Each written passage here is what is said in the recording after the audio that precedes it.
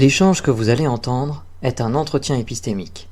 Il s'agit d'une conversation asymétrique dans laquelle on s'intéresse à notre interlocuteur en lui posant des questions. Au travers de celle-ci, nous cherchons à comprendre les raisons qui motivent son avis. L'objectif principal de cette forme de conversation est de passer un moment agréable et mutuellement enrichissant. Bon, allez, trêve de baliverne, j'accueille Elisa à nouveau. Rebonjour Elisa. Oui, bonsoir. Oui, Bonsoir, pardon, oui c'est vrai, il commence à être tard. Ça va, oui, c'était mais pas c'est pas trop long grave. l'attente? C'est un petit peu, mais le fait d'écouter justement, euh, en fait, ce live a été très intéressant. Donc, Ah, moi, ça me permet d'avoir un cheminement en fait. Donc, pour moi, c'était très intéressant. Donc, ah bah écoute, j'ai pas je suis senti ravi. une attente trop longue du coup. Ah bah écoute, je suis ravi. C'est toujours un peu la question qu'on se pose parce que c'est vrai que le format impose que les gens soient patients et on se demande toujours est-ce que cette patience est bénéfique à l'écoute ou au contraire elle provoque de la frustration et parfois les gens quittent le live. Donc je suis ravi d'entendre que parfois ça fonctionne. Et d'ailleurs j'ai une demande supplémentaire. Oh, j'en ai plein des demandes. Donc je vais accepter la prochaine personne et je vais pouvoir, si tu me l'accordes, démarrer ce petit entretien avec toi qui va durer environ 15 minutes. Et Mm. comme le dit John, si jamais à tout moment tu te sens pas à l'aise ou ça te saoule ou tu trouves que c'est nul, bah, tu me le dis, puis on mettra fin à l'entretien. Il y a zéro problème à ce sujet. Très bien. Ok. Du coup, pour toi, c'est quoi la spiritualité? Alors moi, en fait, la spiritualité, c'est vraiment placer l'esprit avant la matière. Donc, donc avec toujours, donc à la base, c'est une croyance. Donc, Ok. pour ma part, enfin, me concernant, c'est plus une croyance qui peut être religieuse, qui peut être philosophique, puisque moi, pour moi, je place l'esprit avant la matière. Donc, Mhm. je pense que ça peut être, voilà, une croyance en tout cas, la base, en fait, de ma croyance, c'est vraiment placer l'esprit au-dessus de la matière, donc du corps, quoi. Ok. Intéressant. Je vais reformuler hein, parce que Oui, même si c'était très très clair, hein, oui, oui, vraiment tu oui. insistes sur le fait que pour toi, si tu devais définir la spiritualité, même si tu abordes que ça peut toucher la philosophie ou la religion, c'est surtout une croyance qui vient à placer l'esprit au-dessus de la matière. C'est bien ça? Tout à fait. C'est tout à fait ça. Alors j'aurais besoin que tu m'aides à comprendre ce que tu considères être l'esprit. Alors, l'esprit, ça peut être euh, l'esprit en tant que tel, donc la pensée, le cérébral, et ça peut être aussi l'âme. Ah, Voilà. d'accord. Donc, j'ai juste besoin. Est-ce que c'est à la fois la pensée cérébrale et l'âme, ou est-ce que c'est soit la pensée cérébrale, soit l'âme? Bonne question. Ça veut dire qu'il faut que ouais, qu'est-ce que je mets dans l'âme et qu'est-ce que je mets dans l'esprit. C'est ça en fait. Moi, pour Hmm. moi, c'est un peu la même chose puisque l'âme, pour moi, hein, moi, je pars de mon propre sentiment, hein. Oui, oui, bien sûr. L'âme fait partie aussi de l'esprit. Ok. L'âme fait partie de l'esprit, mais est-ce que l'esprit fait partie de l'âme? Je pense que oui. Et quelle serait la différence, du coup, entre l'âme et l'esprit? Bah, l'âme, je pense que l'esprit est la base, parce que c'est de là que vient en fait toutes les pensées, le cérébral. En fait, si je devais prendre, j'espère que je vais être claire, je pense que c'est plus neurologique en fait l'esprit, c'est-à-dire qu'on part du cerveau et dans le cerveau, il y a pour moi différents organes. Il y a l'hypothalamus, il y a plusieurs systèmes, il y a le système reptilien et ainsi de suite. Je vais pas rentrer dans les détails, Mhm. mais tout ce qui en fait, l'âme, c'est aussi un mélange d'émotions, en fait. Donc pour moi, il n'y a pas que le côté cérébral, il y a aussi les émotions, il y a aussi les croyances, les pensées. Mhm. Tout ça, Mhm. je pense que l'un est imbriqué dans l'autre. On peut pas, D'accord. l'âme ne peut pas exister sans l'esprit et Mhm. l'esprit pareil. Donc c'est Ok, vraiment imbriqué. L'âme est imbriquée dans l'esprit pour moi. d'accord. Moi, de ce que j'entends, c'est que pour toi, l'esprit reste quelque chose de très matérialiste. Je sais pas si je peux employer ce terme-là, hein, je suis nul en Oui, oui, philosophie, oui, mais oui, qui est vraiment quelque chose de cérébral, de neurologique, qui est lié au oui, fonctionnement du cerveau avec les différentes parties. oui, L'âme, lui, serait quelque chose qui serait plus de l'ordre émotionnel, c'est bien ça? oui, émotionnel et oui, oui, tout à fait, c'est ça. Mais alors, tu m'as même dit à un moment donné, et là Oui, j'aurais besoin que tu m'aides à comprendre, oui, euh, que sans esprit, il n'y aurait pas d'âme? pour moi, non. Je pense qu'on D'accord. est vraiment gouverné par le cerveau. Mhm, Et après, moi, je pense que l'âme, c'est un mélange de. Peut-être que je me trompe, hein, mais c'est seulement, c'est ce que je pense. J'aurais peut-être besoin, peut-être plus de recherche là-dessus. mhm, Je pense que vraiment l'âme, c'est un ensemble d'émotions, mhm, d'apprentissage, et mhm. ça fait partie de l'esprit. Et l'esprit, c'est le Oh, cérébral aussi.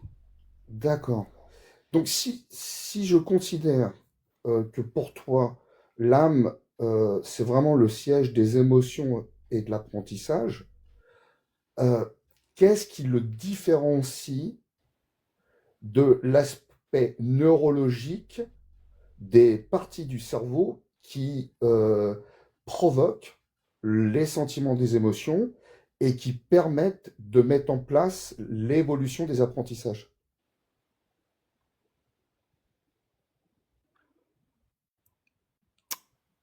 Je pense, ouais, c'est une bonne question. Ça demande peut-être plus de réflexion. Euh, je pense que l'âme, c'est pas quelque.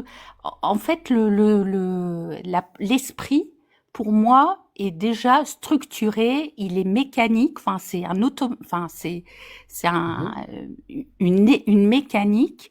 Alors que l'âme, elle est pas. Elle elle est pas aussi mécanique que ça en fait. Je pense que l'âme, on la construit et mhm. elle peut changer, elle peut s'élever ou voilà. En fait, elle va se façonner au fil de nos expériences de vie en fait. Et je pense que c'est Mhm, la différence pour moi entre l'esprit que je définis plus cérébral et mhm, l'âme. mhm, mhm. Est-ce que je Euh, suis claire? oui, oui, Oui, pour moi, je comprends. d'accord. Il y a une notion dans l'âme qui est vraiment intrinsèque à la personne et qui a la possibilité d'évoluer en fonction d'événements liés à l'apprentissage extérieur ou intérieur. Euh, et du coup, je vais te poser une question. Euh, Quelle différence tu ferais entre ce que tu considères être l'âme et la personnalité d'un individu? La personnalité, euh, Je ne parle pas bah, du en fait, tempérament. moi je pense que la différence, c'est que la personnalité fait partie de l'âme, mais c'est l'âme qui la conduit, en fait.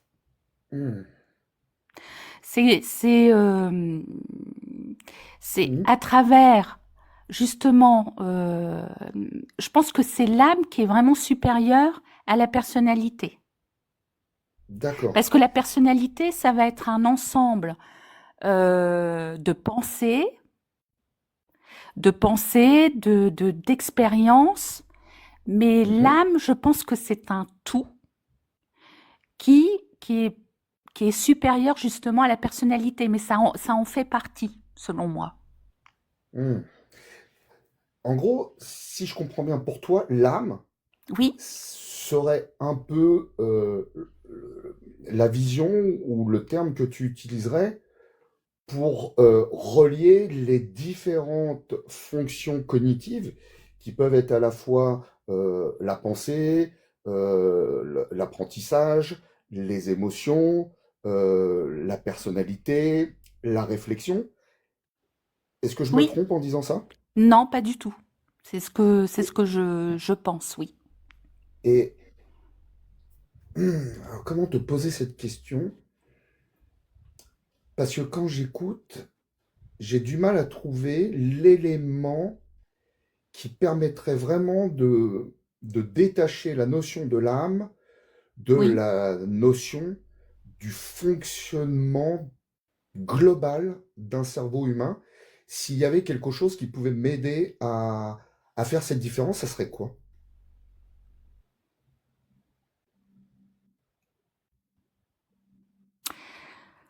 Euh,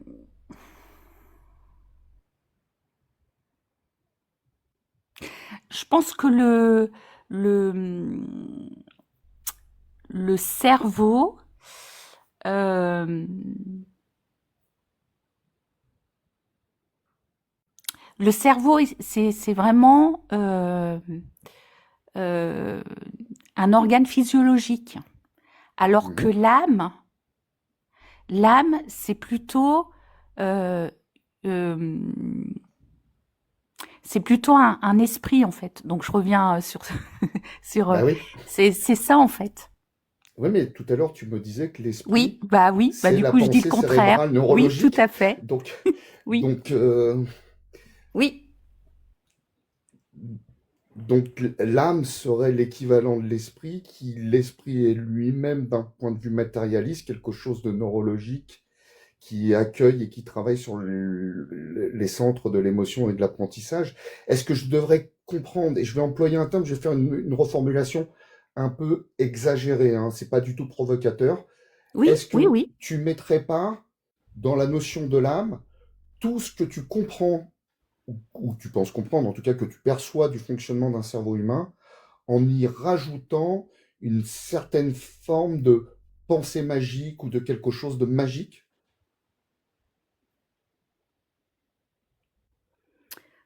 Pourquoi penser magique? Donc c'est-à-dire Bah, quelque chose qui échappe à tout ce qui est matériel, à savoir donc l'esprit avec la neurologie, les centres du cerveau qui traitent les différentes ah oui, oui, sensations et informations. bien sûr, Ok.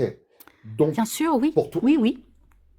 donc pour toi, la spiritualité, si je devais me faire une idée de la définition qu'on pourrait retenir de la spiritualité après notre discussion, si je dis que la spiritualité serait une certaine forme de magie ou de métaphysique du fonctionnement du cerveau.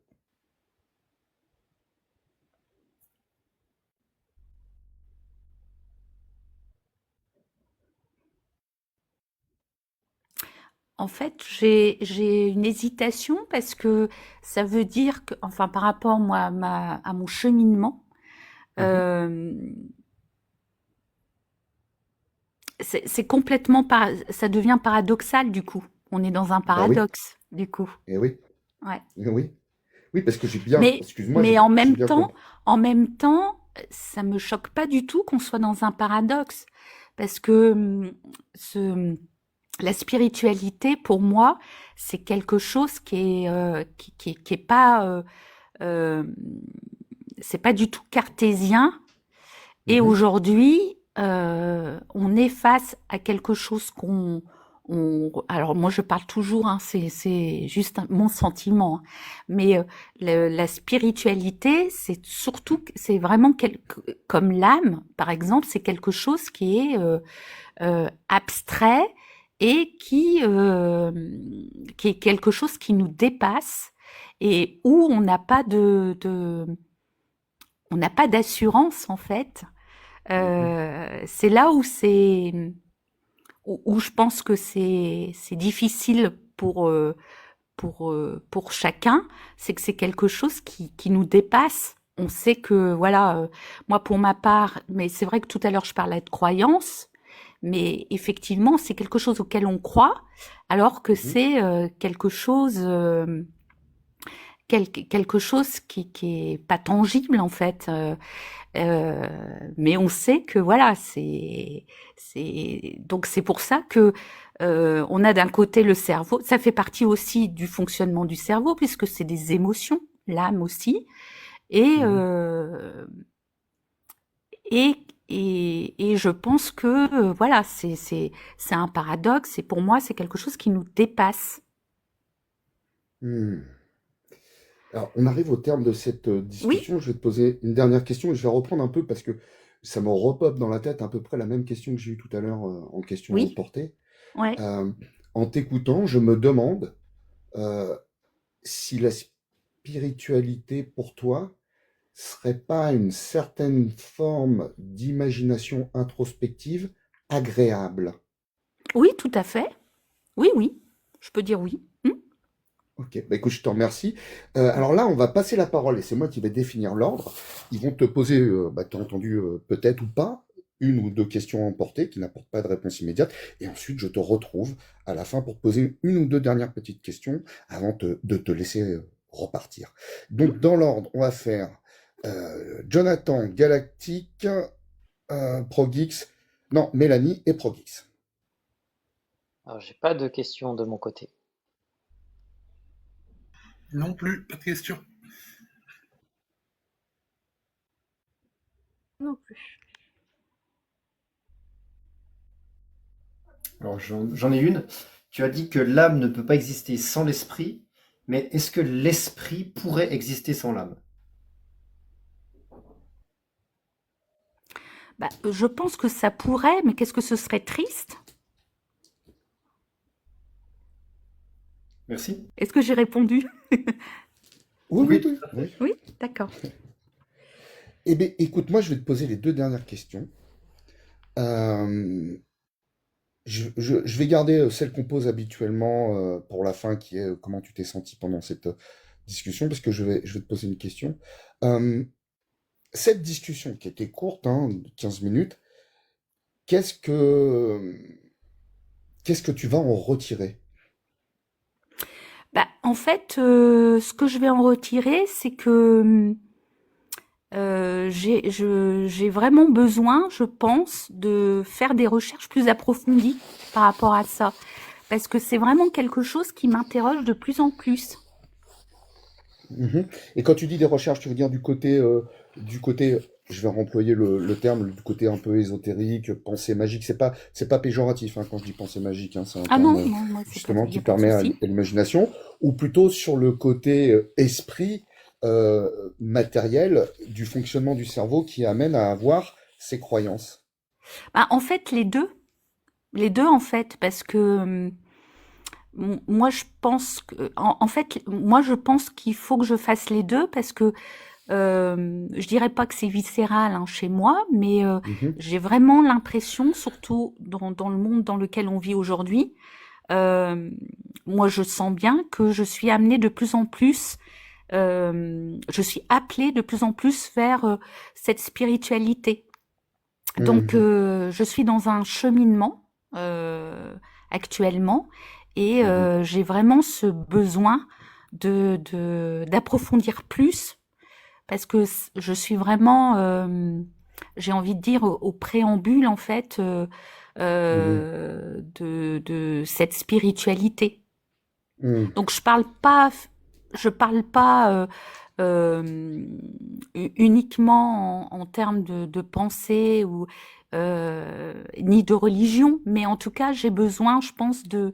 de voilà, j'en suis là aujourd'hui, je pense. Ok.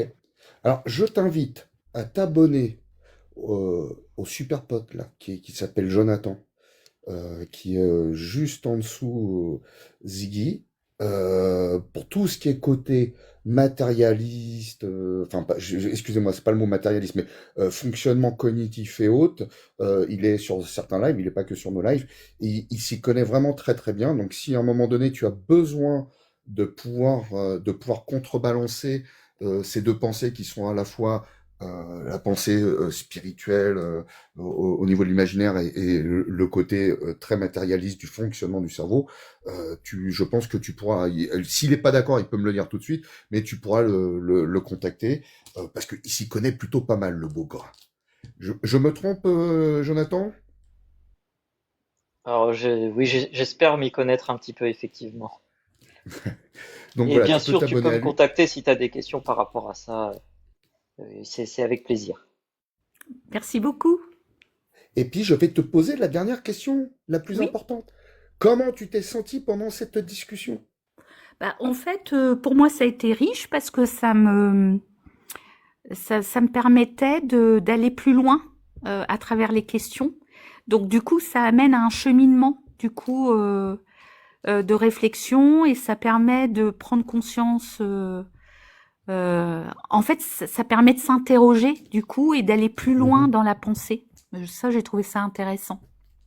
Bah écoute, je t'en remercie. Alors, je suis ravi d'entendre ça, parce que pour nous, on fait pas tout le temps, enfin, mais moi, j'en fais rarement des bons entretiens, mais quand les gens sont contents après l'entretien, ben moi, je suis encore plus content que content. Voilà. Bah, c'est partagé. Aussi, je suis très contente. Est-ce que tu sais redescendre toute seule ou est-ce qu'il faut que je Oui, je vais te... redescendre toute seule. Merci beaucoup. Et bonne fin d'après-midi, bonne fin de Merci. week-end à toi, et puis à bientôt peut-être. Merci et à très bientôt. Bon week-end et merci à tout le monde. Merci, Au revoir. merci.